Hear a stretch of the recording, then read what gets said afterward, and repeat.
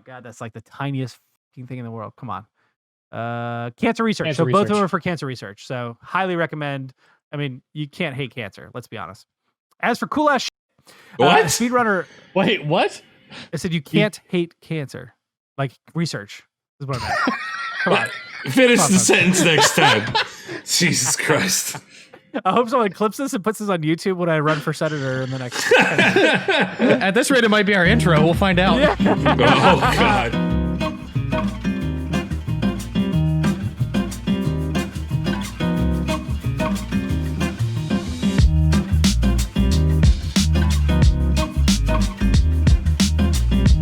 Clank, clank, Clink, clank. clank, Clink, clank, clink, clink, clank, clank with that brand new camera. Hello and welcome to Strange Happy Hour. I, of course, am one of your hosts, Brent the Jesterhead Metcalf, along to my left. The dispatcher, Mark Plover. And on the right, Handsome John. Handsome John indeed. Of course, we come to you each and every week to discuss with you the very cool tech news and really interesting nerdy video game news. I'm dying over here. However, before we continue, we discussed last week an issue with the PlayStation 5 involving the download queue, and Sony has given a fix for this, where you do not have to factory reset your PS5. Very important for you viewers out there if you are having this issue. So you can check out the Google Doc in the description that we have floating directly in front of my beautiful face with this new camera. It makes me look pretty, and get that information there to ensure that you can continue on. But that's not what we're here to talk about. We are here to discuss what we do every week. We come together and discuss all the news that's happening, but there's way too much news to discuss all of it. That's right. I lied to you. Bold face in the same sentence. Can't discuss with you how Phil Spencer says there's a good chance that Game Pass will be integrated into your smart TV as early as next year. We also don't have time to discuss how HBO has given The Last of Us a series order. So fucking excited. We also don't have time to discuss how The World Ends With You is finally getting a sequel. However, we do have time to talk about what we like to call on this very show each and every week as we gather together in our quarantine bunkers under the Strange Gaming Network umbrella. What we deem every week. The important. Really looking to find another rhyme to go with deem and week, because those are like weak rhymes to begin with. Couldn't find anything. But I didn't know you were rhyming. It's like it's an off rhyme. I didn't either, actually. It's an English major.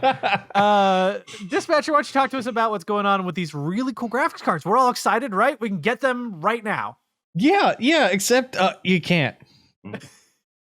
Like everything else in 2020. So AMD had touted back, I don't know, what was it, a month ago, a couple weeks ago, whatever the hell it was, whenever they talked really in depth about what the new Big Navi and RDNA 2 chips were going to look like in the RX 6800 and the 1600 XT and the 6900 XT. Really got the hype train going anyway. And you know, the benchmark started coming out and everyone's like, wow, okay, these cards actually live up to the hype now. You know, like third party reviewers actually show, all right, this is actually living up to performance hype. And then at the same time we were all like, wow, and AMD even came out and said, Lisa Su even herself came out and said, we're not going to have stock problems, we should have plenty of these, and they had tons of people that were like from AMD that were talking about how great this launch was going to go. And then it went worse than the RTX 3000 series did. How is this the thing? How is it getting worse every time? Because bots are getting better? Well, so it's not even that. Really? It's actually more of a supply issue, it seems. And the problem is that from an online perspective, nobody really knows what kind of numbers are available and who actually picked up what and what's available. What I do know is if you search up 6800 XT on eBay, for example, there are only about 2 pages worth of results, which for the 3000 series, for example, there's a lot more than that. Now the funny part too is, and I posted this on Twitter a little bit ago and I just showed you guys too, was some of the posts I showed you were like way overpriced things of just pieces of paper of a crudely drawn RX 6800 XT. And they said, this is $700 for this, kind of thing. But most guys in their descriptions were talking about, I really hope this, buries some of the scalpers. Yeah. Which has also apparently been the move too, is to try to hide that. So yes, bots probably still play a factor here. We don't know for certain because nobody's actually come out and said specifically that, they've run out of stock because of this. And actually AMD has been kind of mums on this about where Mum's this delay. issue is. B&H Photo, for example, as an example anyway of who's actually made a public statement, has straight up said, we are not doing pre-orders for the 6800, 6800 XT, and we are currently not selling any because they haven't been allocated any. B&H Photo, Wow. B&H, really? one of the bigger stores, has Yeah. a page. Let me see if I can find it, because so I use nowinstock.net to track most of this stuff to try to figure out when stuff like that Yeah. comes available, because it refreshes the page every 5 minutes and then identifies when the add to cart button's available so that I can instantly go in and order it a lot faster than the notify me section works for most websites. So nowinstock.net actually had to put a red circle or like a cancel icon on it specifically. Oh, you need me to do a login verification or a human verification for my... He's gotta not be a a human. So B&H Photo actually has a page pulled up. Let me you guys to see. Limitation across all of B&H's sales channels. We do not know and therefore are unable to provide. Does not know when and to what extent we will receive product to offer for sale. They don't have items to sell. Yeah. So they haven't Yeah. even offered them. And this is not the first time we've heard this, where they haven't gotten a whole lot or gotten any to work with. Newegg lists all the products, but they're all listed out of stock. For example, they're not listed for pre-order. And even then, they're all the stock reference designs sold by the individual manufacturers. They're not the custom AIB designs or integrator designs like the Asus ROG line or the whatever the MSI line is. Well, it's the EVGA. We haven't seen like the FTW or anything special because they haven't actually provided any kind of SKUs for that stuff yet. Yeah.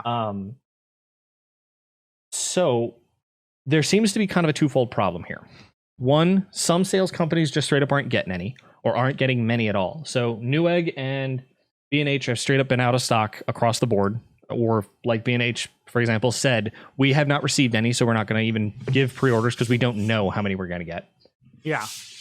People were showing up apparently in person to micro centers to try to purchase them, and there are lines, of course, around the corner of the building, and some stores only had 10 cards on hand. Sounds pretty high to me. 10 cards. Well, when you think about actually, card that's and that's the size, extremely low. Yeah. Like I wish I could get the numbers for the 3000 series, but usually they're at least in the tens to hundreds. Like there are plenty of units that are available for this, and Micro Center being one of the biggest anyway as far as IRL sales are concerned, because they have an entire build your own PC center. For example, we don't have one around here. I think the closest Micro Center to us is down in Atlanta, but like in person or physical stores not getting a ton of stock, B&H not getting any or not getting any word on getting any at this point, Newegg listing the product but not listing the custom designs and all this, and of course being out of stock or listing is out of stock or sold out across the board here, and haven't changed that at all. Amazon of course does have some specific models listed. Best Buy has some specific models listed, but even then it's only XFX, Sapphire, and one MSI and 1 gigabyte board. There really isn't that much out there is the problem. Yeah. Well, I mean, I think retailers... Sorry, I didn't mean to cut you off. I was just going to say, I do think a lot of retailers, or not retailers, companies that are developing hardware are realizing that they are way more constrained because of COVID this year and are not willing to be honest about it. Like PlayStation had this issue where their UK release was the 19th. The UK retailer Curry's PC World, which is pretty popular over there, didn't have any in stock for pre-order, refused pre-order, said they would not be available online or in store. And then Sony's Jim Ryan came out yesterday, I think is what, right, John, and said they're out. Like, globally, they're out. They have to make more. I know that this is more about AMD shortage, but it is seemed to be more of a device shortage among everywhere we go this year. It doesn't matter if it's, I mean, granted, we had issues with the 3000 series, but everybody seems to be having issues. Like even supplies with things like TVs or vacuums. I'm not kidding you. Little girl bikes are actually having a shortage right now. Bikes are so in hard general, to find, but it's not even specifically funny. Girl bikes, because they were all bought out, and usually like they go slower for some reason, I guess because they're not as high in demand as we know little boy girls bikes. don't actually like to bike. Go talk to that thing upstairs. It was a that joke. girl It was a joke. It is a joke. Yeah, I'm about to say she'll run circles around any boy. That girl, the Energizer Bunny is jealous about what she can do. Right. So, and if you're wondering who that girl is and how It's they're my related niece. to John, you'll never know. Damn it, John! I'm trying to build the suspense. But I mean, it's strewn across multiple electronics, multiple items, and I don't even really know if our country personally, or even the world, will truly recover for probably up to at least a year, because we had companies completely close down.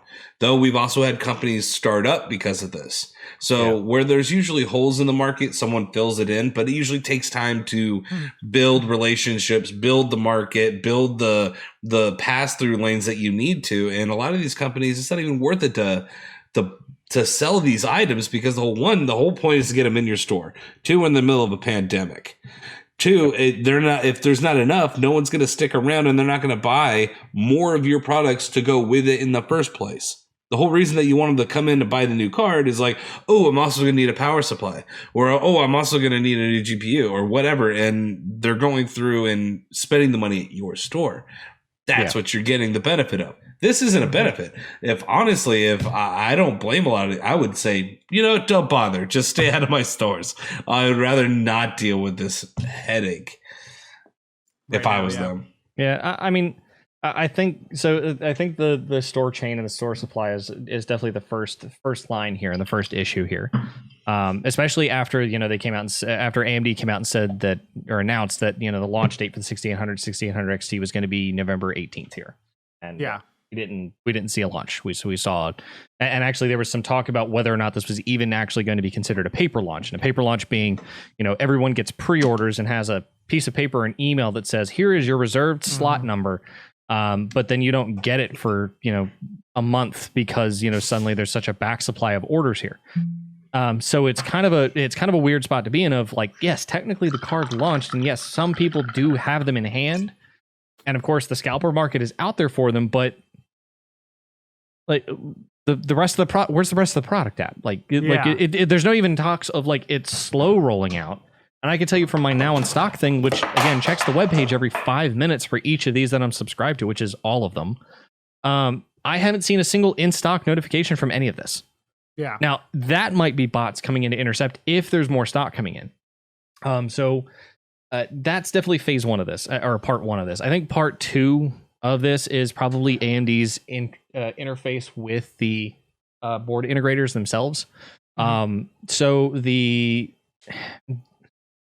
This is more speculation than it is like actual fact. I don't have anything really to back this up. We don't see any custom cards out yet.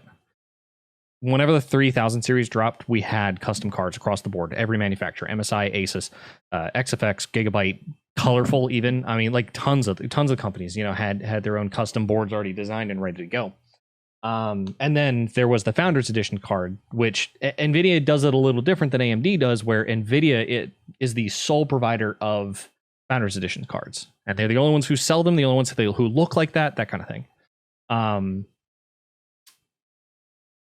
We had all of the custom cards up front on launch day, and I think that's because NVIDIA planned well enough ahead to give them what the board design need or the basic board specifications needed to look like, so they could design their own out ahead of time. But NVIDIA and AMD, to my understanding, both provide the chips, the actual processing chips that have to get soldered onto those boards.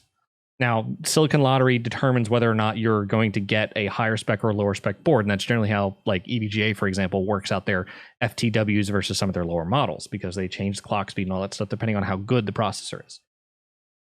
But that has to come from the chip manufacturer themselves. NVIDIA and AMD work with whoever the hell they work with, to get those rolled out. I don't think chips are getting supplied fast enough.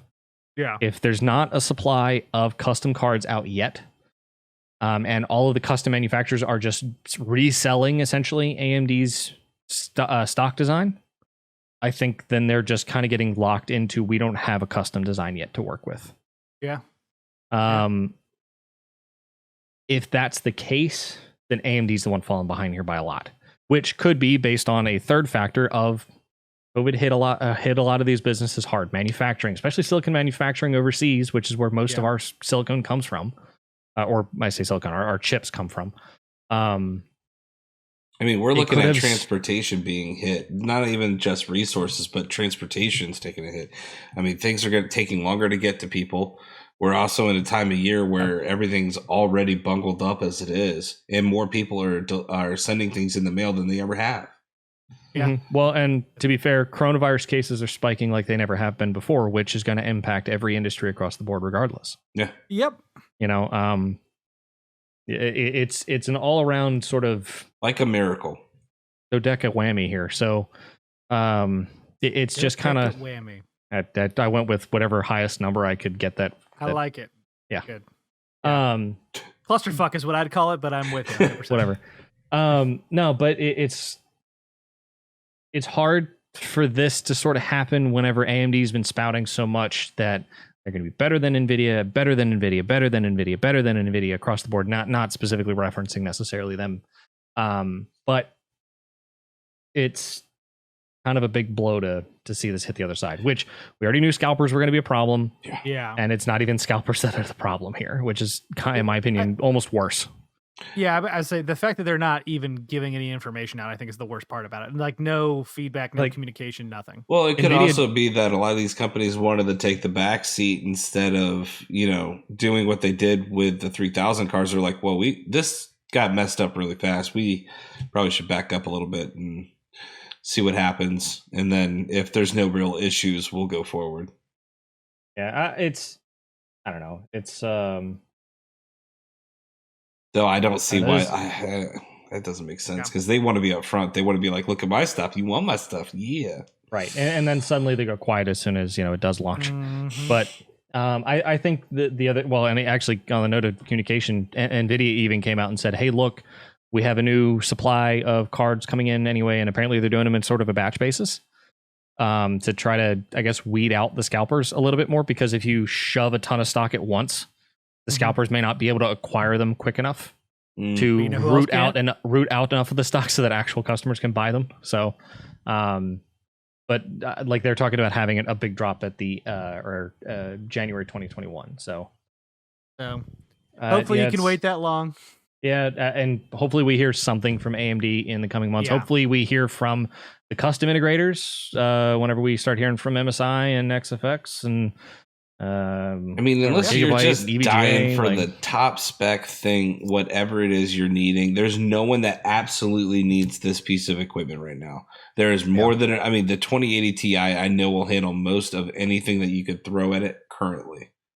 And come to think of it, I think and you don't have to pay 3 times the worth of it. If anything, you're getting a great deal on it right now. Its power capability for what people bought it when it was $1,200, you're getting for like probably sub -3. Well, same conversation we had about consoles. Like, you don't need to purchase from scalpers. Please don't. For the love of God. Except me. Buy mine. No, buy mine. Yeah, downgrade, go down a peg in order to like have something that's a temporary fix for now, and then purchase the. That's why I love that guy's bot where he would find those being sold and he would just outbid each other and just get them up to like $90,000, where no one would actually buy it. That was great. And then cancel afterwards. Yeah. He's my hero. Yeah, well, because and I want to harp on this point specifically because I just opened up the search on eBay again. There are 22 bids for an RX 6800 XT. 22 bids, and it is currently at $1,300. That's 22 people. Hey! There's going to be people with deep pockets that just couldn't care less, and they just want it. There's always going to be those few people that really want to push the limits. Let them. It's fine. But for the everyday consumer, do not break your face over this. All right, just let it go. It's just feeding the beast. Here. We really need to lop the head off of this. And the problem is the consumers are the only ones who can do it. Yeah, exactly. Yeah, I agree. I'm actually super surprised at the price point that both AMD and NVIDIA went with this after the 2080 was $1,200 in the previous generation. It's the way the generations roll. It's mostly because there is an upper echelon tier or upper tier for this generation. So the upper tier generation, for example, or the upper tier for this generation for NVIDIA, the 3090, for example, actually matches the price of what the 2080 Ti did back, was it 2 years ago, whenever the 2080 Ti came out. Gotcha. So, I mean, realistically, the 3090 is supposed to be the comparison to the 2080 Ti, essentially. Okay. That's right. I remember that. But yeah, no, I'm kind of disappointed by this, and we'll see what happens again here in 2 weeks when the RX 6900 XT is supposed to drop. I'm not excited for this. We'll find out. I'm not excited for this. I want to get a 6800 XT or 6900 XT, but I will not go to a scalper to buy. It's not happening. In the infamous words of the ex-CEO of Sony, please be excited. Please let us know what your thoughts are on AMD RX 6000 cards just disappearing instantly, and what your thoughts are on how AMD has handled this entire launch. You can let us know in the comments directly above Mark's furrowed brow, below, because he is definitely not happy about it. Below. But I think it's time to time to move on. Okay. I was like, where are we going with that? Where are we going with this? The problem was it was going to give both of you gratification. I couldn't do that. So it's time to talk to Handsome John about what's going on with Apple and lawsuits, paying money. What's happening? Well, we talked about how Apple has done kind of some shady stuff in the past, and we know that Apple and Epic are currently in a head banging right now in dealing with their lawsuits with who owes what money and why. I don't know. Epic feels like they're more special, but at the same time, Apple's a gouging beast. Apple never does anything wrong. You know, I've got to live up to John's expectations of me being an Apple simp here. So there you go. They never do anything wrong. I was the Apple. I was the one telling you guys it's not that bad. They are the overlords. Okay. Yeah. Says the. But this is kind of a dark mark with Apple, and there's been a couple of them, and they keep rolling in. With it's like that rotten core inside the apple you never saw when you bite into it, and you're like, oh, the worm. Unfortunately, they were slowing down iPhones for financial gain, and so they settled for $113 million, which I think is a pittance for the iPhone 6, 7, and the SE versions in 2016. 33 states have decided to take on Apple in court over this practice, also known as purposeful obsolescence. Though I did also find a other cool vocab word, pseudo-functional obsolescence. And it appears to introduce innovative changes into a product, but in reality, it does not. So in pseudo-functional obsolescence, often forcibly outmodes the otherwise useful product, such as Apple iPhones. iPhones in general are actually pseudo-functional obsolescence. I'm just kidding. That's not the case. They actually do a really good job with their phones. It's just that they're doing some really shady crap right now, and they always have. I think they've been doing this since the days of the iPhone 4. People always suspected it, called them out on it. They said, no, that was just to preserve the battery, because the new updates were draining battery life and doing this. So we were doing this to try to, stabilize the product. And it's like, no, you knew what you were doing. And by this current 6-7 generation, they're like, we're calling you out on your shit.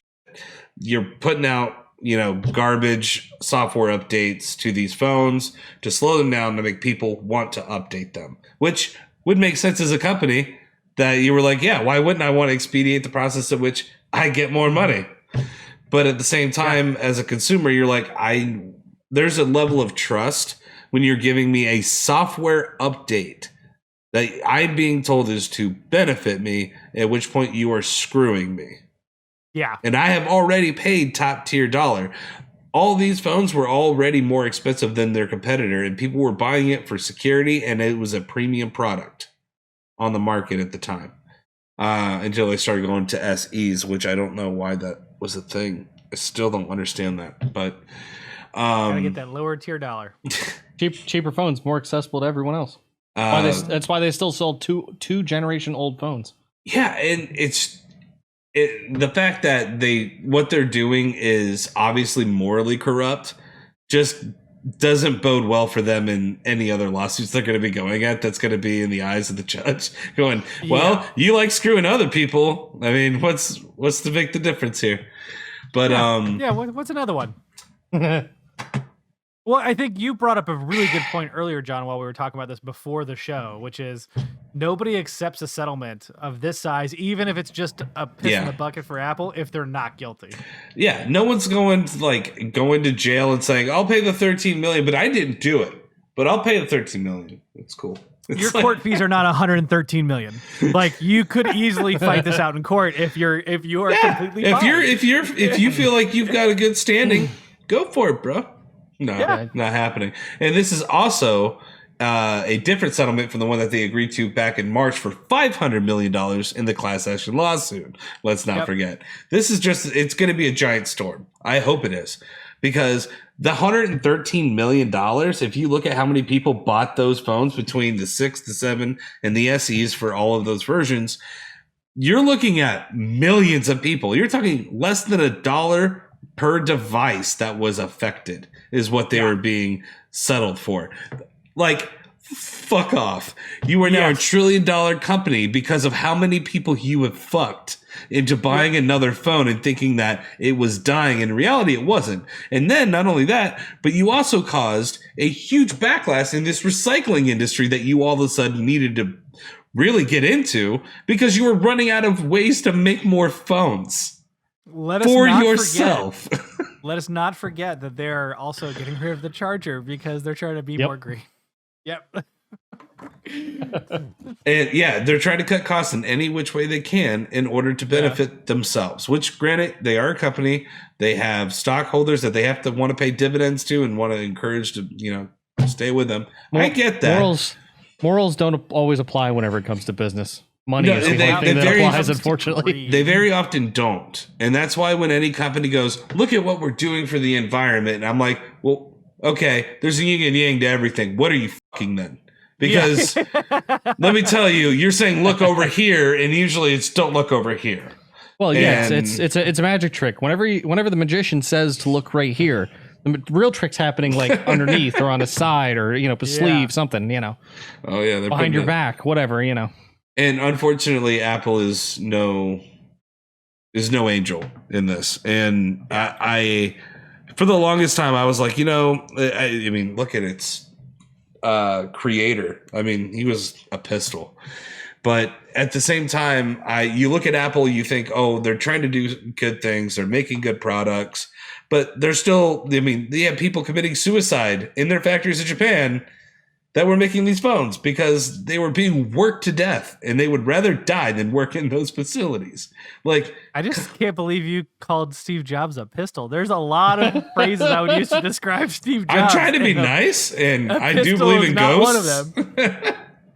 He was unstable to a lot of people. He was very much there you go. A little insane in a lot of ways. But obsessive, a lot of people look at, he's a genius. He's just different. It's like, sometimes you're just crazy, but that's cool too.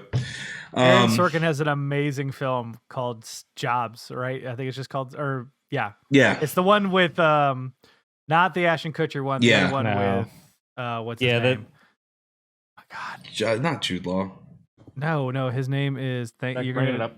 I know. God, I can't believe I can't remember this. God damn, you asked me. Michael Fassbender. Yes, got it. Michael Fassbender. Yeah, and that one's incredible. Now, Aaron Sorkin, there's some fictionality in how he writes stuff. The one with Ashton Kutcher is called Jobs. Okay. The one with Michael Fassbender is Steve Jobs. There we go. That's the one. It was so funny how he died. Everybody's like, throw out the movies now. We already got him in law. Just throw him out. It's like, holy shit. It's on Netflix. I highly recommend it because it truly shows what a gray character that man was. Go ahead. Well, we were just talking about the founder. It did take 4 years for those movies to come out. So I felt like it was like right after his death. I felt like they hadn't even got past the funeral. Those movies were out. He died in 2011. Jobs was the only one I think that was no, actually, even then, Jobs was 2 years later. Oh, okay. Yeah. Well, maybe it just felt that way. Yeah, time flies, right? And then Steve Jobs was 2 years after that. Yeah. But there's there's a lot to look at when you're buying things from companies like, I don't know, Amazon, Best Buy, Target, Home Depot, all these companies, or Jimmy John's, for instance. The owner of Jimmy John's that started the company likes to go and hunt endangered species. He shoots elephants that have been chained down or whatever, captured for him just to shoot. And go, look what I did. And it's like, do you want to support that when you buy a sandwich? Every sandwich you eat is not only probably full of dead animal, which is fine, I eat meat, but it also is supporting the fact of killing an innocent animal for no reason whatsoever. So you have to often think about what you're supporting when you're buying things. And I think a company that is purposely screwing you into buying more of their product, much like cigarette companies put nicotine into their tobacco in order to get you to keep buying it, is lied about the addictiveness for years and said that none of it caused cancer and none of it is that addictive. We believe that you can do it's no. I mean, they had doctors going out and pimping this stuff out to people. I mean, can I burst this bubble and simultaneously enrage you a little bit more? I can't wait. So excited. $113 million is literally the tiniest drop in the bucket for them. Because do you want to know how much cash on hand that they have or how reported as of last quarter? 1.3 trillion. No. Definitely not that much. 193.82 billion. Yeah. It is still a piss in the bucket. Yeah, but I mean, how much money did they make based on the 6 and 7 series models in general?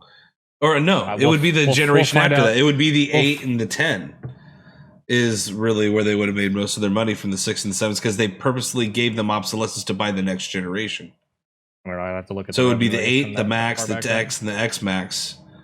That we may or may not have stats in the Google Doc for that information. No, I'm just saying in general, like if you wanted to dive deeper into this, you want to see how screwed up this is, how much that 113 million did nothing to prove a point. Pharmaceutical companies have, it's like how they get slapped on the wrist for this I don't know, abusing medications and making people sick and lying about things. And it's like, oh, we're going to fine you $20 million. That's a lot of money, right, guys? And it's like they made $1.5 billion off of this medication. And then they did another $4 billion in damage based on its addictiveness to all states. Can we please have a little bit more recourse for this? I've got 2 television show references. One is How I Met Your Mother, where Marshall is one of the main characters who wants to become an environmental lawyer. And he finally makes it like the top firm in New York City. And their first case, they get $20,000. And he is furious about it, but the entire firm is like ecstatic. They're like, $20,000 party, having cake, all kinds of stuff. We're having cake. And so he finally confronts his boss, like, are you kidding me? $20,000? Like, what happened to you bucking up? He's like, I don't think you understand, Marshall. Like, the world is going to die. There's nothing we can do about it at this point in time. So we take our $20,000 and we have cake and we enjoy life because in 20 years, we're going to be a smoldering rock of ash. He's like, okay, well, that's a valid point. Well, the thing is, that's honestly how I'm starting to feel. And I think how companies look at it. They're like, use everything to the max because someone else will if we don't. And I'm like, no, it's up to us, the people, to vote people in to stop these kind of practices so we can continue to live. And so can our nieces and nephews and grandchildren and their children. Like, Jesus, God, think about the future. A couple of generations would be great. The other reference I have is a show that I want both of you to watch, so I'm going to slightly spoil a portion of it.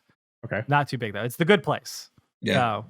So, Fork. One of the things in The Good Place they bring up in the show is how it's almost impossible to be a good person based on the standards of what we all thought a good person was because of how complicated society is today, right? Like you brought up Amazon, John. Like, I buy from Amazon a lot in this house. Mark, I know you do too, right? COVID has complicated things more because it feels more reliance on it. But we know the practices. We talk about it all the time on this show about how terrible they are. But it's also incredibly difficult to determine, like, can I find a better purpose for this? Like, I just want batteries. Like, that's all I want is batteries to operate my remote. But that's automatically a mark against you as a bad person because you are providing a company with revenue that does terrible things to consumers. Yeah. And so Not just it to becomes, consumers, to its I'm employees. sorry, to its employees. That's what I meant. Yeah. And so it becomes an incredibly gray and complex situation of like, we're, I won't say we're the most privileged people, but we are privileged in our areas. Oh, right? we're Like, up there.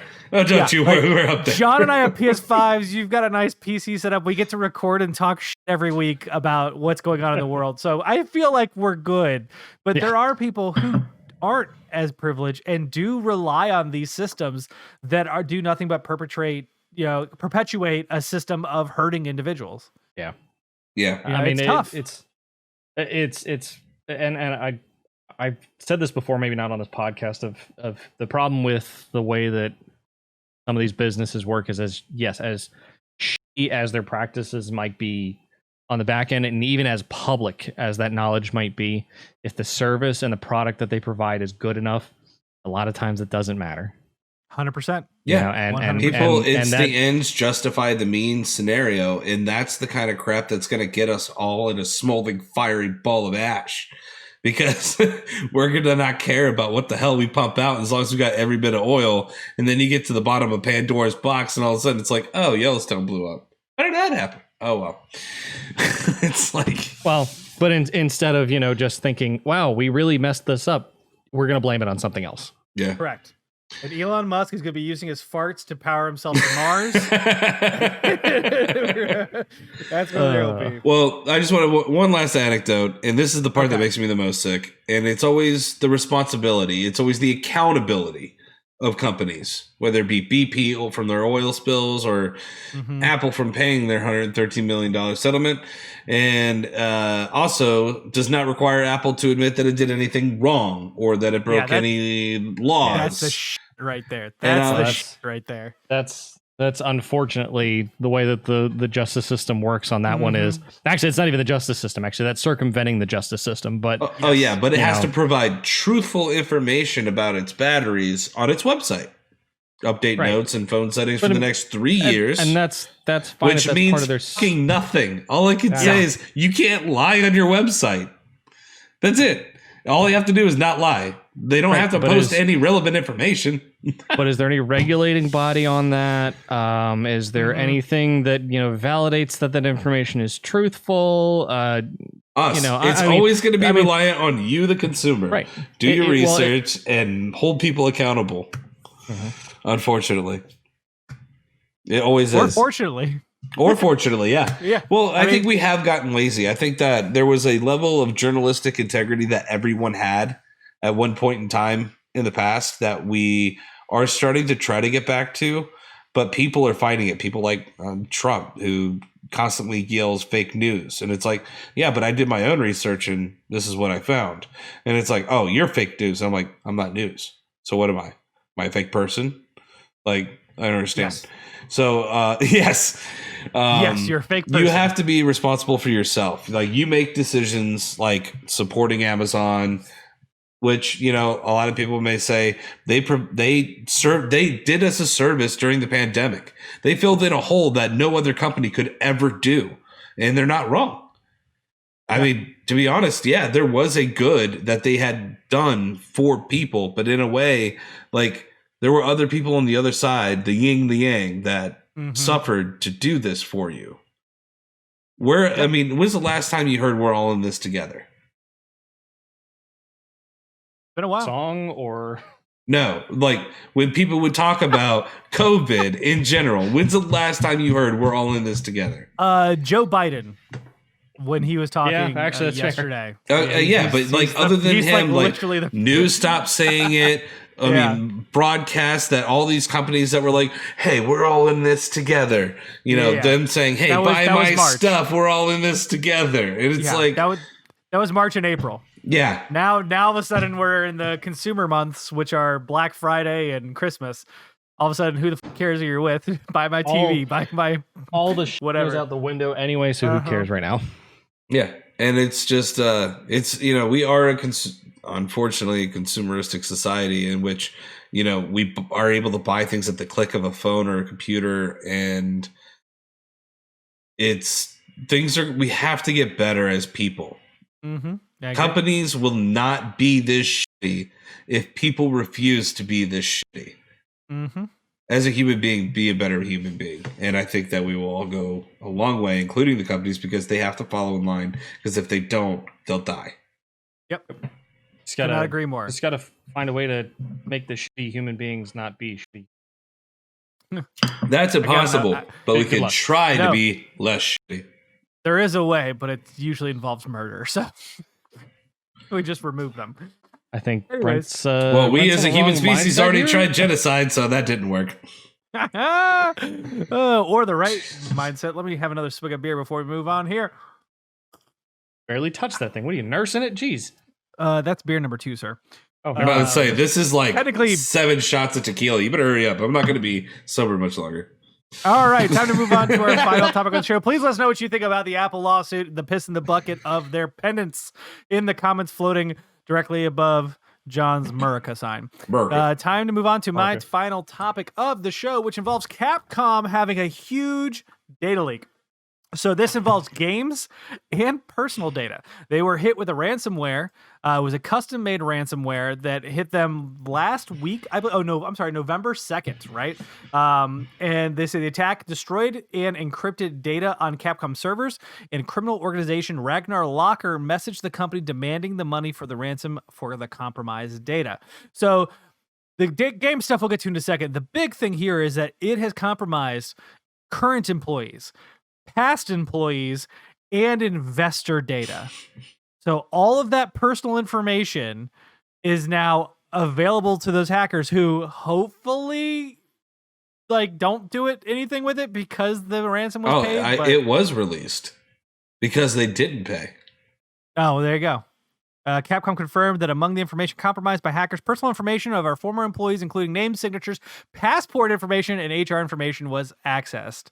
Unfortunately, Capcom was seemingly made little effort to reach out to these former employees. In an update on Capcom's official investor site, the company said it has begun contacting individuals whose information it has verified has been compromised to explain background of the incident and the current situation. So what's crazy about this is, one, you've got a list of your former employees. Just fucking send an email to everyone. No one else has that email. No one else is ever going to have that email. If it doesn't get to them, at least you tried. Send it. Because this idea of who we verified, how is Capcom verifying anything? How are they verifying any of this data is gone? They know that data was accessed. They don't know what typically in this situation, right? It's a data dump. So they get on your server and they grab whatever they can grab as quickly as possible before they grab off. Now, in ransomware, it's even crazier because they typically lock the system down so they have time to grab everything. So you can't tell me you can verify what was grabbed. Just tell them. Just tell everyone. Yeah, and the problem with ransomware is done using modern encryption methods, which cannot currently be broken, by the way. Correct. So the data is copied off or encrypted locally, copied off site, and then everything local that you have is deleted. Yep. You have nothing. Correct. Like the easiest way to find out about this is you delete they delete everything, and suddenly you try to go into your HR system, or you try to go into literally any employee portal or something that you have locally, and suddenly nothing's there. But correct. The bigger problem here is, I don't know if have you ever heard what the FBI's recommendations are on ransomware? No. Pay them. Yeah. Because the problem is that if they hold the encryption key, short of the FBI doing a full investigation, suddenly finding out by some stupid mistake that the hacker organization does to get physical access to them, there's nothing digitally that you can do to get to them. And if they're good at what they do, you're effed. Yeah, we've talked about it before. And in this scenario, they talked about, little bits and pieces, at least, or enough, chunks of the data were released anyway, so that Capcom employees could go, yeah, that's our stuff, all right. Yep, that looks like us. Yep. Well, yeah, sucks. Unfortunately, you just got to pay them and move on. That's part of the problem, and you have to hope that they delete the data on the other side and don't do anything with it. Not that they wouldn't. Why wouldn't they? Yeah, why wouldn't they hold on to it and sell it and do something else with it? They could they could sell the personal information for sure, but especially then, yeah. I mean, I think it's mostly about From what I understand, it's mostly about the action. There is the money that they want, but how many people actually do pay them? I think a good amount of people and companies do pay to have this data released. I mean, well, the thing about personal information is that if the company doesn't pay, sure, you won't get the big payout you're looking for, but you'll still make money on the black market selling personal information. Oh yeah, right. Hands But down, You've yeah. got a registrar right here of social security numbers Yeah, and, like- and addresses and emails. Yeah, they're going to make bank regardless. Yep, they'll sell it to And- get emails. right. Yeah. And the only difference between whether the company pays or not ever is whether go or not there. the only difference of the company paying or not is whether or not the company gets their data back. Yeah. Yep. That's the only thing. That's the only difference here. Yep. So, And there's no guarantee they didn't copy it and keep a copy. They didn't say we won't. No, there's no reason why they wouldn't. I mean, like I said, the only thing you're paying for is to get your own data back. Mhm. Yep. But like after that, you have to assume that everyone's social security numbers, everyone's addresses, everyone's phone numbers, everyone's HIPAA data, whatever, is all considered owned or now available to whatever group Benefits. got a hold of it in the first place. You know it was taken. Yeah, that's about it. Yeah. Yeah, Let me tell you right now, Otherwise, you automatically try to change your social security number if you're an American, which you can't enjoy. Yeah. You can. Like, you how can. are you It's just like a supposed to have 2-year this process. number that if it gets taken from you, they're like, well, you're pretty much fucked. And it's like, but it wasn't even my fault. And it's like, oh. this Good number luck. that wasn't supposed to identify us on a public record to begin with is now Isn't- identifying us on a public record, and it's fucking me. No, my wife had her identity stolen this year. Like this year Oh, no. of COVID. We fortunately happened after we purchased the home. But like she randomly was getting information about how someone was trying to buy a boat in Miami with her information. And, she had to pay the credit companies to put a freeze on her credit score to make sure that nothing could be opened using a credit check on it. $25 a month per company. So it's $75 a month for 6 months to ensure that they weren't doing anything with it. That's insane. Yeah, it's just absolutely nuts. You have to pay out of your own pocket to protect yourself from this situation. I wouldn't. I would just be like, by the way, I'm never paying for that. And you can just go fuck yourself. Well, the problem is it tanks your credit score, which here in the United States, Last time is I incredibly checked, important. that means you didn't do a good enough job in vetting who that person was that you gave that product to. That's also not my fault. You could try and argue that with a bank, but a bank's not going to give you a loan for a home or a car or anything else if your credit score is shit. What's your other option? Normally people can't afford health insurance and food. I agree. And you're going to I sit there and agree. tell me that they have to also pay $75 just to not be agree 100%. like, come on, dude. They basically go with that situation you're describing, which is, I can't do anything about it anyways, and it fucks them. Like I keep using the F word, sorry, but it's like it's very God, Brett, you're it's worse very than me. visceral for me right now, and it's also very enraging. Like these people have done nothing wrong and are getting punished because a corporation is been broken into. And granted, like there literally is only so much you can do, right? You can't predict what everyone is capable of. Unfortunately, when you're a large corporation, you do become a target. Yeah. But it's also up to you to defend that information. You want Yeah. it from me. You are now in charge of that information. You protect it with Correct. everything you have. Yeah. Because if you don't, I mean, I lose everything I have.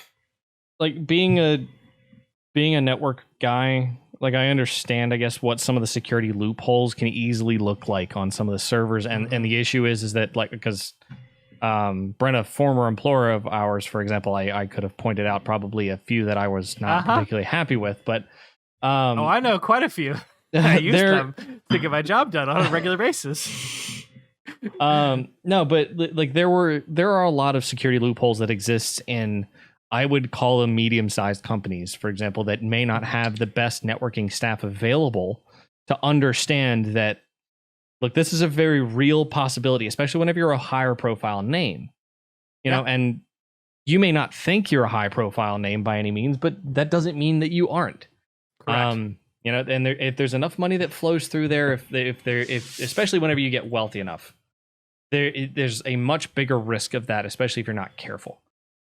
So you either need to hire the right people to do that, or you need to try to be as offline as possible for all of that private stuff.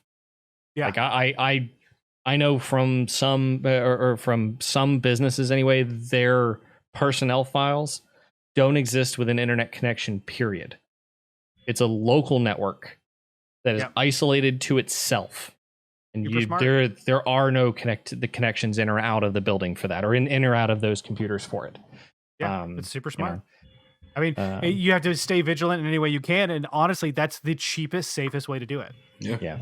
I mean, you're talking about identities getting stolen. My dad had his identity stolen a couple of years ago, and he has a lock now on his credit, and he maintains that almost as a permanent lock to the point that he has to call Experian, TransUnion, everyone else ahead of time, to make sure that his credit is available for him to do a specific set of transactions whenever they're going to buy a house, buy a car, use financing for whatever reason, that kind of thing.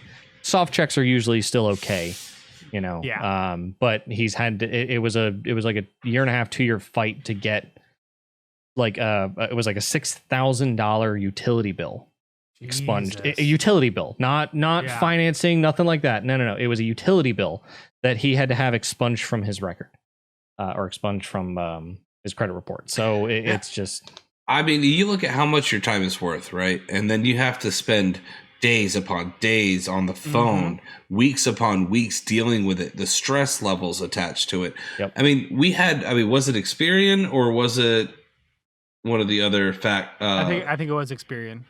They got hacked, and a third of the freaking country was exposed. Yeah. With their name, social security, address. I'm like, how have we not already come up with a way other than social security to have to do a credit check? There should be a verification system we're freaking 2020 right now with phones in our hands that do more than computers did 5 years ago. I think you're asking the wrong question, because realistically, the question is, why the fuck are we using social security numbers? They weren't intended for this use. I agree with that. They were used because it was something that no one really thought about. Like, it didn't really matter except for this one thing. The big issue with social security numbers is that the way they're denoted, which I won't go into great detail here on a YouTube channel where we're about to share this video publicly. But if you do enough research, it's very easy to figure out roughly someone's social security number, because it's based on a lot of factors. Yeah, it's based on a lot of factors that we won't go into on this YouTube channel. You can look them up online. I understand that requires effort. Well, let's not give them to it. Let's not spoon feed them. That was the point. But there needs to be a better system. There does. Now, this is Capcom. They're a Japanese company. They have their own identification and all this other stuff. They have their own process. Still as bad. We're not denoting that. I do want to talk a little bit about the games that were leaked as well, because apparently Capcom has quite a roster available, and there's, IGN has a great article that highlights some of these bigger games. Resident Evil Outrage, coming in Q4 of 21. Dragon's Dogma 2, Street Fighter 6, a new Mega Man, Resident Evil 4 remake, Monster Hunter 6, another Biohazard, which is another Resident Evil. It looks like it's going to be a spin-off. Super Street Fighter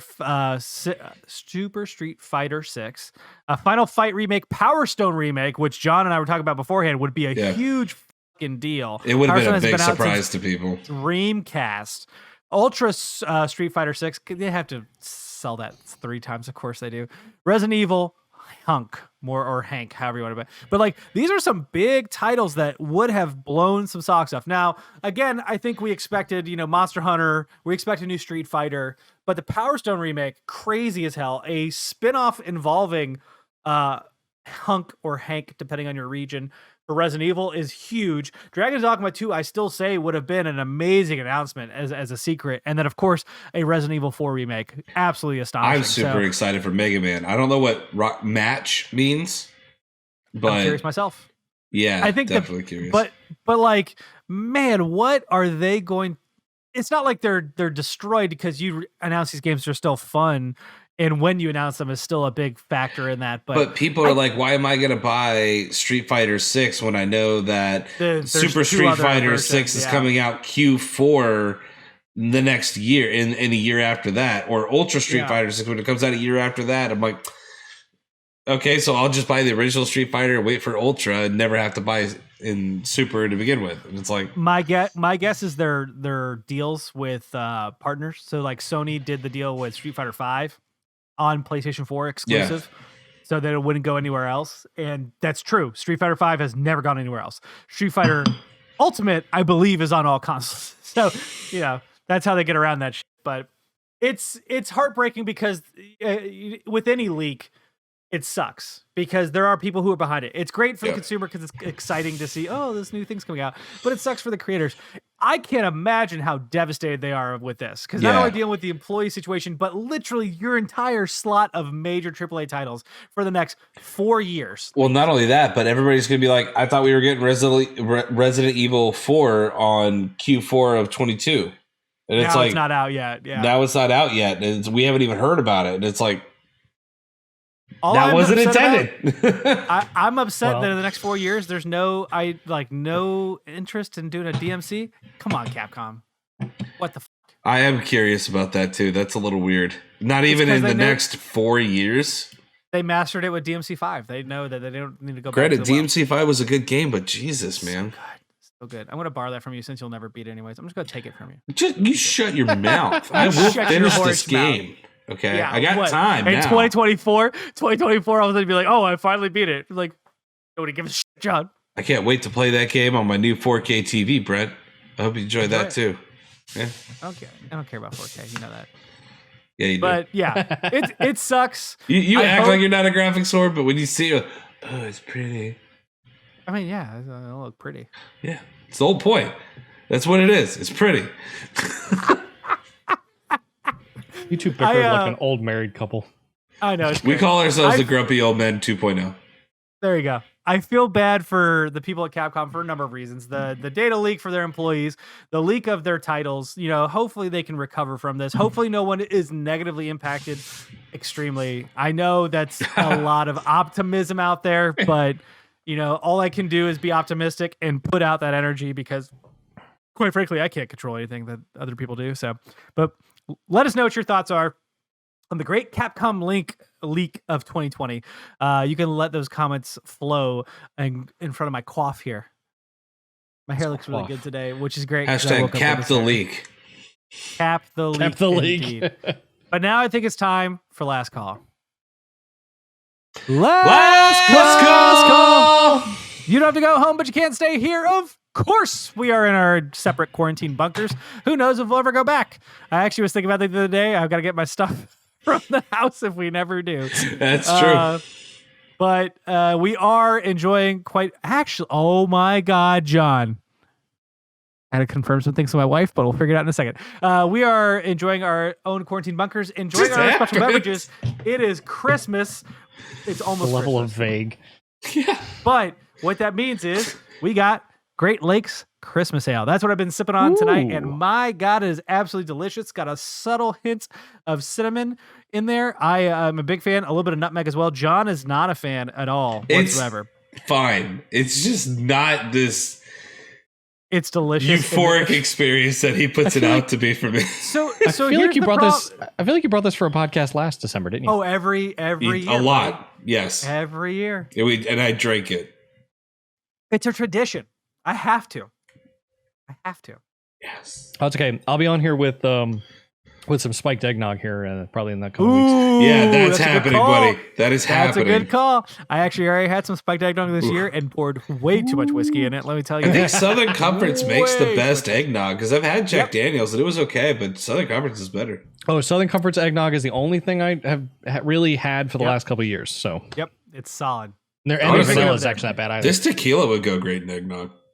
What tequila are you drinking? Mandala. You want to show the bottle off? It looks really sexy. It is all sexy. Ooh, it's a sexy bottle. Ooh, it's so cool. It's got a hand painted. On it. These are all hand painted bottles. They're also ceramic. Numbered and super fragile to come from Mexico. Mm-hmm. We've already had Every order comes with at least one broken bottle. Correct. Yes. What about you, Mark? What are you drinking? Water. No, I'm kidding. You son of a bitch. No, I am drinking a lemon drop. We had a little bit more of that lemon drop mix left with some Tito's hanging around in the handle. So we always go with like a big old handle of Tito's, and whenever we get to the bottom of that, it's probably like, yeah, we should probably go shopping. Yeah. It's like, I know we need to go shopping when we're low on vodka. That's correct. That's how it works. That's good. It's a good indicator, Yeah. you know. It's the only I barometer always you drink the need. same amount of vodka every week, so I know it's coming time. Correct. Yeah. There's never a stressful week where you drink more or you're having fun. Please join our Discord. It is almost Thanksgiving. This is actually the week of Thanksgiving. You will see this video on the day after Thanksgiving. Black Friday. Bum, bum, bum, American capitalism. Make sure you take that time to, consumerism. you know, enjoy the consumerism and, you know, buy yourself a Yes, graphics card exactly. that's probably out of stock. Or you could just watch this video and enjoy all of it. So joining the Discord, because Christmas is right around the corner. You know you're getting new games. Everyone here is going to have something they want to enjoy, talk about, or play with other people. Whether you're getting a new PS5, hopefully, or you are getting, you know, a new graphics card, or you're just simply enjoying your current hardware and getting some cool new software. There are plenty of games that people are diving into. We did not get a chance today to talk about the Fortnite subscription model they're moving to, which I think will push more people into Fortnite that have kind of lapsed. There are plenty of people who will play any sort of game with you, even Fortnite. So please check out the Discord. You can find that in our Google Doc. For a weekly deal, I think this one is apropos of our conversation last week. It is a humble royalty-free music bundle. That's right. If you're streaming on Twitch, we've got you the hookup. Actually, not us, but Humble themselves. So for $1, you get 1, 2, 3, 4, 5. For the average at $17.50, on top of those 5, you get another 8. And if you pay $25, you unlock another 13. So that's 13 plus 5 is 18 plus 8 is 24 separate albums of music to use while you are streaming. I truly 100% believe $25 for 25 albums seems like a pretty fucking good deal to me, especially if you're making money off of your streams. I'm probably gonna pick this up, like with the live stream production stuff that we do. 100%, you should royalty free. check it out. And once again, you get to donate money to a nice charity. If you don't appreciate the charity that they are currently choosing, you may select one of your own choosing. This week with this bundle, they are putting out there, let me find out because I didn't check beforehand because Brent is not always on top of his game. The V Foundation and Prevent Cancer Foundation. The V Foundation is for, my God, that's like the tiniest fucking thing in the world. Come on. Cancer research. So both of them are for cancer research. So highly recommend. I mean, you can't hate cancer. Let's be honest. As for cool ass shit, What? Speedrunner. Wait, what? I said you can't hate cancer. Like research is what I meant. Come on. Finish the sentence next time. Jesus Christ. I hope someone clips this and puts this on YouTube when I run for senator in the next. At this rate, it might be our intro. We'll find out. Yeah. Oh God. Speedrunner opens a new door in Demon Souls Remake. There was a door added to it, which has a nice little surprise. I'll let you look into that. There's a music video that uses papercraft to showcase iconic video games. This is actually really, really fucking cool. It's like a 3-minute music video. You should totally check that out. And finally, a sealed Super Mario Brothers 3 game becomes the most expensive game of all time to be sold. One game sold for over $170 million. I'm sorry. Nope. 1,000. Let me correct that. Woo, buddy. I am running. So there you go. And finally, for our one more thing, which is Cyberpunk 2077 includes a streamer mode, which stops playing all DMCA music takedown stuff. So NBA 2K takes some fucking notes. Yeah, no shit. Our question of the week is: what is too much when it comes to ads within your entertainment, your advertisement and entertainment? We were talking about this before the show, talked a little bit about it in previous channels or previous episodes. So I can dive in a little bit for context on this, where, you know, Hulu is one we've discussed, right? Where you're paying for the streaming service, you have to have the advertisement on there, or you could go the ad-free version. I watch a lot of YouTube, a lot more YouTube recently than I have in a long time. And I actually don't mind advertisements as a whole. But when it comes to listening to music, that's where I draw the line. Like, I specifically don't want my flow interrupted when I'm listening to music at all by advertisements. Interesting. So I will By the go way, out of my way. here's your Pampers butt wipes. Yeah. Oh my God. I don't like Spotify for a number of reasons. But I don't use Spotify for music at all. Here's your tampons. I use it as a podcast app. This is exactly how it would go. There you go. There you have, just like that. Thanks, John. Because one of my favorite podcasts moved over there to an exclusive podcast. So I use it as a podcast app. That is it. I will hop in to listen to a song. I will not listen to music on there. If I go to YouTube, I will find a not official artist video in which someone has put together an hour's worth of music that has no advertisements in it. And if none of that works, then I go straight to the songs I've downloaded on my phone because I just cannot handle my music being interrupted. If I'm putting music on, there's a reason for it. Mm-hmm. And I don't want that flow to be interrupted. Whereas television, like YouTube videos, all of that truly doesn't bother me. I don't know if that's because I grew up in the age and just don't care enough.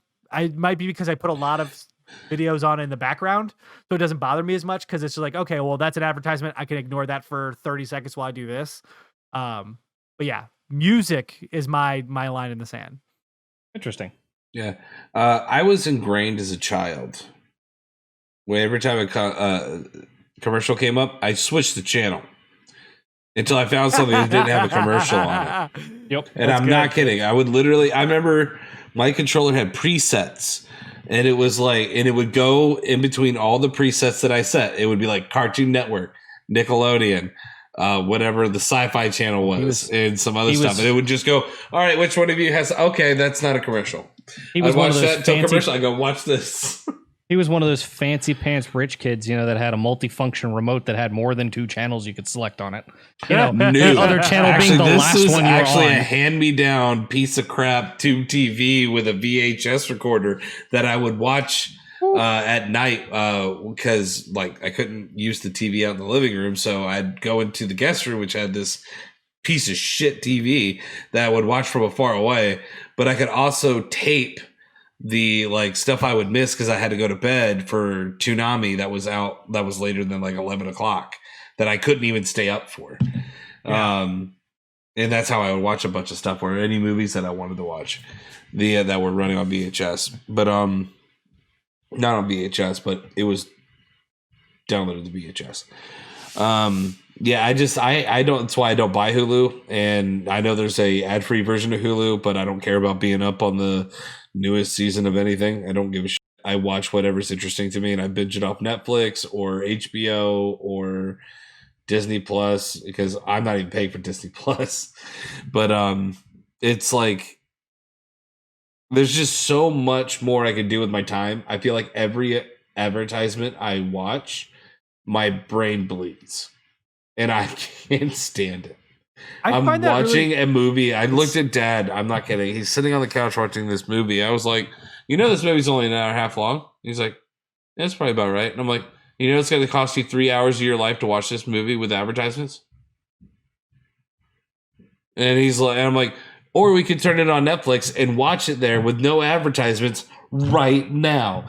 What did we do? We watched that on cable with advertisements because he was too lazy to change it to fucking Netflix. See, blew my mind. I do find that interesting because on some level, I do personally believe that advertisements are part of our culture. There is culture there, right? There's touched. We've talked about the nostalgia of specific ads on the show before. Advertisements from Japan or even Ireland, and you're like, way different, yeah, confusing. Well, not even that. You're talking, if you talk about the Super Bowl, for example, half the reason some people watch the Super Bowl is because of the commercials. Correct. Yeah. Now, I also agree with you that I don't want to spend longer to watch a movie. I use advertisements with my father because, granted, I have to go visit him, so it's like a trip in itself to go see him. But whenever we do watch television, the advertisements are our excuse to talk to each other. Yeah. So we'll that's the moment where we're like, hey, let's talk and have a conversation. Oh, that was really cool what we just watched. Or can we watch a lot of diners, drive-ins, and dives or food television? Because that's a very common interest for us. And in between, we bullshit, and then we get back to watching. And we'll comment while we're watching because we're not afraid of talking while it. But it is it's a nice reprieve, and I think it works really well for our flow. But I totally understand where you're coming from, too. This is Oh, I get angry sometimes. So I'll be watching this and I'm like, who would do that? That's not even realistic. Can we not advertise things to people that believe that they take this pill and all of a sudden they're going to be cured of everything? Or my pillow man going, best night of sleep ever, and then I'll kill your racist ass. I can't believe feel you like- said that in an advertisement. I was about to say, I can't believe those two were in the same line of thought Yeah. there. So Yeah, it was a Home Shopping Network. It's really good. Gotcha. Makes Okay, that sense. makes a lot sense, of sense. yeah. Made for white people. What you Yep. got there, Mark? So as far as like subscription services, I don't mind paying the extra to not have to watch the advertisements. So YouTube is the easy cop out way of like the easy cop out way of avoiding advertisements, just using ad blocker. But the problem is that significantly cuts down on the revenue of the people that you watch. Mhm. So I pay for YouTube Premium. I don't want to watch the advertisements. I don't want to sit there and listen to something that happens, or some advertisement that's going to pop up 1,000 times, as I'm watching as much YouTube content as I do during a day. So I would rather pay the YouTube Premium, because I've also heard that YouTube Premium actually gives more of a direct contribution from what I pay to the Don't tell me YouTubers that. and the channels that Yeah. I watch. Yeah, well, Linus actually did a review on it. Like every year he does it. Like, how does LTT make money or LMG make money? He actually said that YouTube Premium pays more on a per viewer basis than advertisements do, than AdRev does. Of course it does. I mean, That's good. That's good. I'm not trying Yeah. to besmirch that. I just now I have the guilt because I'm like, I do have the cash. I can do this. Fuck me. Again, like it depends on, like, it's just like these subscriptions where I feel like giving people money for things is just like am I going to use it that much? Do I really need this subscription? Like, Yeah, I mean, so Netflix is one thing for me. Like, I don't pay for my Netflix subscription. That's under my my father, and we just have our own, but you're rich. Why don't you have all accounts your on own it. subscriptions to everything Seriously. that you I do share pay with for- us? I do pay for Hulu. I do pay for the no ad version of Hulu. Just like there's like we were talking about before the show, the girlfriend and I were watching Brooklyn Nine-Nine now, and Yeah. paying that extra little bit cuts down each episode from an easy 30 minutes to sub 22. To like sub 25. So it's definitely a little bit more beneficial sometimes from a time perspective too. If we're thinking, we have a short time frame, we want to watch an episode, well, yeah, we could probably do that now. 3 per hour or 2 per hour? We only figured out this staunch difference between when I had my account with no ads and she had her account with ads. And I was like, this advertisement is like 2 minutes, or these advertisements are running 2 minutes between this. What is wrong with these things? Well, actually, and SNL only exacerbated the problem, because SNL does sometimes these, like 2 to 3 minute bits. But then there's 5 minutes of advertisements surrounding each side. Like, why? Yeah. So, I'd be willing to pay for that, like in media, or I guess for whenever it comes to video content like that.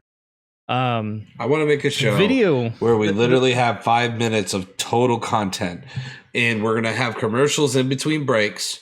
And in between breaks, we're also going to have native advertisement that we talk about and use like bars of soap while we're talking and doing stuff, right? We will be dropping rich. dropping ads, not just YouTube ads. Well, actually, no. YouTube doesn't let you do ads if you have an advertisement for the video. Fun fact. Thanks, YouTube. So something else, I guess, because we talked about video content. We haven't really talked about video games. Okay. That's a very good point. Yeah. So, because there's two different distinct lines here, and two, I got an opinion on that one too. Let's go. I have two examples off the rip that I can come up with. So back when I was younger, Battlefield 2142, when that came out, there are billboards all over the cities, in the maps and whatnot, where the billboards could have advertisements on them, but they were all snow covered or whatever else, or like covered in sand to look like it was part of the map, but it was an image of some whatever advertisement that EA deemed was okay to put in the game. Cool idea. Like literally every game that's played then has some sort of eyes that can see it on screen somewhere. But then the other side of the spectrum, for example, is lately we've been playing Hill Climb Racing 2. So Hill Climb Racing 2 occasionally will throw an advertisement at the end of a race. But then if you want to have an extra race because you ran out of tickets to do some team race or whatever for the day or for that 4-hour span, well, you can watch an advertisement and do that again. Except sometimes the app is broken and you watch the advertisement, it doesn't give you the extra fucking race. But then after you're done, after you're done with the race, or after you're done with like the next race or even the race that you actually got from watching the advertisement, sometimes there's another advertisement at the end of that. Now they're like 30-second waits, and most of the time I'm sitting on the toilet. So like, who cares? You know, like it's 30 seconds. I put the phone down and I stare out the window for a moment, but like, it's still kind of annoying that's what has to happen. And then I have to pay a premium subscription if I want to get rid of that. Now that is sort of the next line to draw. Now for me, I play this game often enough on a daily basis, but not so often that I think that the advertisements are such a hindrance, because most of the time when I play this is downtime anyway. Yeah. Like, it's not as tremendously important to me. You know, if I'm... That's my most important time ever. Any downtime I have, it is outside of... I don't want to watch shit that is an advertisement. Well, when I say downtime, I mean I'm sitting on the porcelain throne, you know, I'm like trying to relax for a little bit. That's quality time. Means. I reserve that to talk to friends. See, I take that advertisement time to put the phone down and then just take a second to breathe. So Hill Climb 2, you don't pay for it, right? No. See, that's the key, right? I could, but I don't feel like it's something it's enough of content for me to consume that it benefit or justifies, I guess, the monetary expense. Yeah. There's a cost to benefit ratio. Hemorrhoids or pay $1. Cool. Exactly. You get to decide what you want to do there. But what I am thinking of is the recent egregious stuff, right? Like NBA 2K, where their newest version has paid advertisements they put into the game until everyone freaked out on them, and they're like, oh, wait, no. And not just paid advertisements, but like forced, you have to wait and watch this while the game loads. And people are like, I'm fairly certain the loading time increased because this ad is here. Yeah. Now, whether you're inflating it or it's because the ad causes it to take longer to load, either way, I'm not fucking okay with it. Well, and in the new generation of consoles, any kind of loading times are irrelevant. Yeah, 100%. Now, like if NBA 2K did it in a more subtle way, like they do with some of their games now, for example, where like there's the logos of the companies on, let's say, the court, or if, you know, like when the announcers are talking, for example, it's like this game was brought to you by, and it spouts off some name. Who cares? Like that's pretty lightweight at that point. It's not like it's some in your face big thing that, you know, has to get thrown up there. Now, granted, Take-Two Interactive doesn't make anywhere near as much money off of that. But you're also not going to piss off all of your customers. Yep. Again, it's all about quality of life. If I have to watch a movie that normally takes an hour and a half, or play a game that every time I die that I have to watch a 30-second video, and this game is built to make you want to spend money to begin with, which also makes you listen to a lot of advertisements to begin with. And it's like, well, you have to, me personally, I don't play those games for that reason. I dropped a lot of those games. I started realizing that I was spending more time looking at advertisements than I was playing the games. So it was just something I had to walk away from in my life. I had a quality of life, pros and cons list, and that was one thing that went away. And watching these games that have advertisements in them, I guess I don't care nearly as much, but I hate the fact that these kids are going to be playing this stuff and they're not going to know that they're being manipulated. Yeah, that's fair. I have a soft spot in the games industry because you're talking about this is an everyone game and everyone is being projected to this. Their parents bought them this game most likely. Do they know what they got their kid in for? Oh, I like Gatorade a lot. I don't know why. I really, really want a Gatorade. I mean, to be funny, we watched a movie, Josie and the Pussycats, and it is an amazing movie. When I first watched that when I was a middle schooler, I thought it was the dumbest thing in the world, and I didn't realize how stupid I was. That movie is genius. That movie's incredibly smart. You should 100% check it out. Yeah, without a doubt. It is all about how companies manipulate their consumer base to advertise to them, and it is done in a very smart and clever way. Interesting. But I would argue, John, I feel like our question has gone on for into a subject. It's its own discussion. It's its own topic.